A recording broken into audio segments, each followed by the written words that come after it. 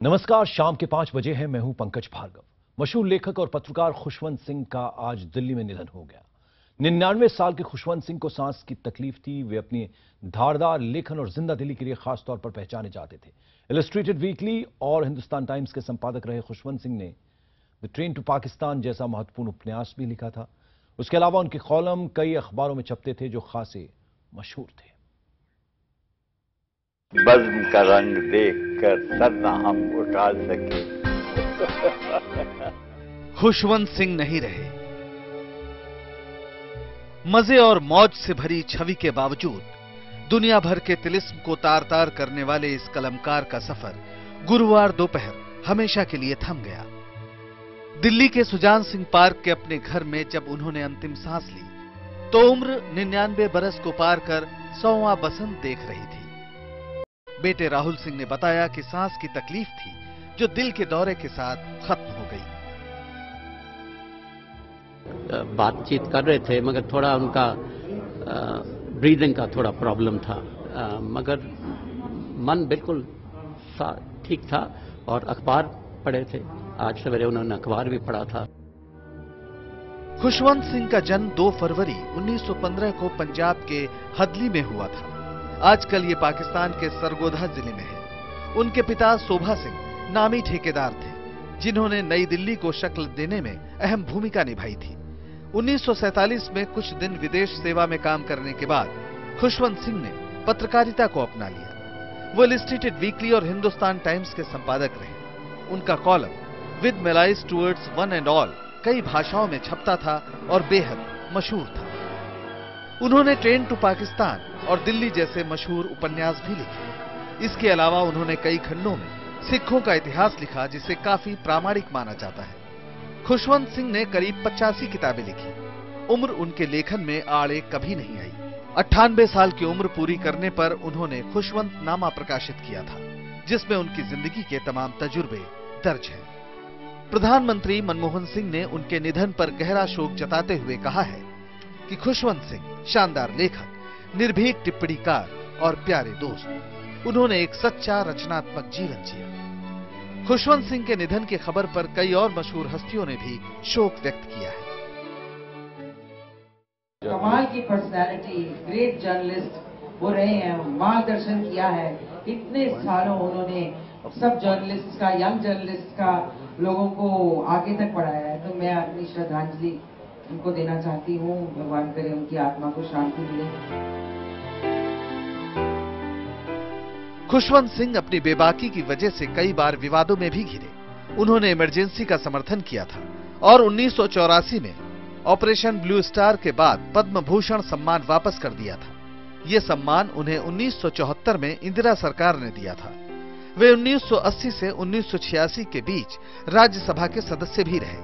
उन्हें 2007 में पद्म विभूषण से भी सम्मानित किया गया।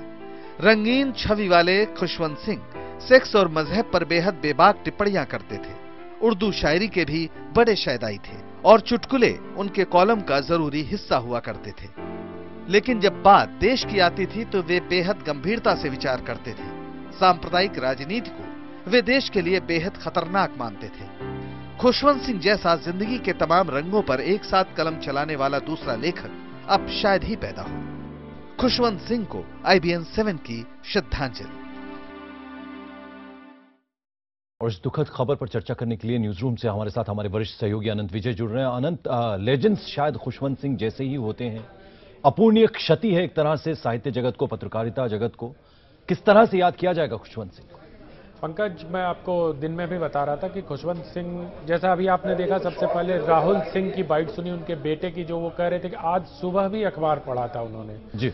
तो इससे पता चलता है कि वो कितने जीवंत थे और आसपास क्या घट रहा है इसको लेकर कितने सजग रहते थे। दूसरी बात मैं आपको बताना चाहता हूं कि पिछले साल सितंबर में इनकी एक किताब आई थी। उस किताब पर पंजाब विश्वविद्यालय में एक कार्यक्रम हुआ था। उस कार्यक्रम में खुशवंत सिंह नहीं पहुंच पाए थे, लेकिन उनका एक संदेश उनके बेटे राहुल सिंह ने पढ़कर सुनाया था, जिसमें खुशवंत सिंह ने कहा था कि अब वक्त आ गया है कि मुझे लगता है कि हमें मर जाना चाहिए, मुझे मर जाना चाहिए और मैं चाहता हूं कि देश की जनता जनता या हमारे पाठक मुझे इस तरह से याद करें कि एक ऐसा लेखक जिसने हमें सालों तक हंसाया। उसी संदेश में खुशवंत सिंह ने यह भी कहा था कि मेरा कॉलम लगभग 50 साल चला है। और आपको बताऊं कि उस कॉलम के अंत में संता और बंता के 2 मशहूर चुटकुले हुआ करते थे, और संता और बंता को खुशवंत सिंह ने न केवल स्थापित किया बल्कि हर साल सैकड़ों किताबें उनके चुटकुलों पर छपती हैं और वो बेस्ट सेलर के तौर पर बिकती हैं। तो हम कह सकते हैं कि खुशवंत सिंह के जाने से साहित्य का या पत्रकारिता का, राजनीति तो उन्होंने बहुत पहले छोड़ दी थी।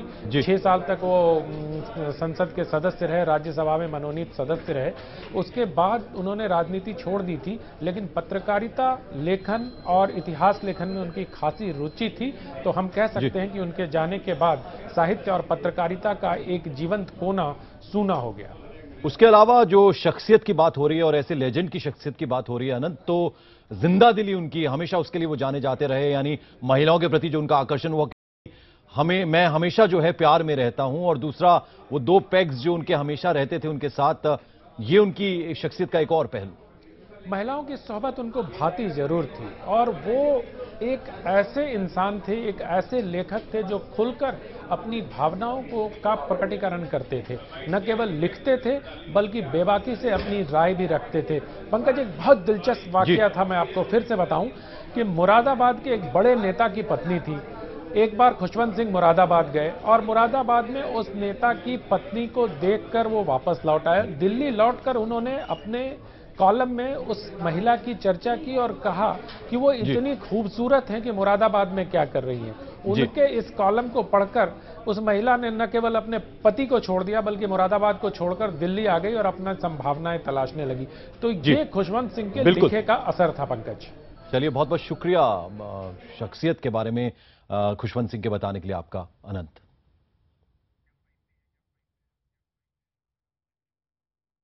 और खुशवंत सिंह के निधन के बाद साहित्य जगत में शोक की लहर दौड़ गई। कई लोगों ने खुशवंत सिंह को अपनी श्रद्धांजलि दी। बस मैं तो बहुत ज्यादा, अभी मुझे कुछ थोड़ी देर पहले ही पता चला, मैं तो बहुत गमगीन हूँ। मेरा तो जैसे दिल ही टूट गया। मेरे तो दोस्त भी थे, मेरे बाप भी थे, एक तरह से मुझे उन्होंने, मेरे रहनुमा भी थे, राजदार भी थे, और 30 साल से ज्यादा की उनकी मेरी एक दोस्ती थी, और एक बहुत खूबसूरत हमारा एक बहुत एक रिश्ता था। और व्हाट कैन आई से, I am just so sad, I can't believe that he is gone. ऐसा लगता था कि वो कुछ कभी जाएंगे ही नहीं। और पिछली बार मैं उनसे मिली तो उन्होंने मुझसे कहा था जल्दी आना, जल्दी आइयो। एवरी टाइम ही सेड, जल्दी आना, क्योंकि मुझे पता नहीं, बस मेरे तो जाने का वक्त आ गया।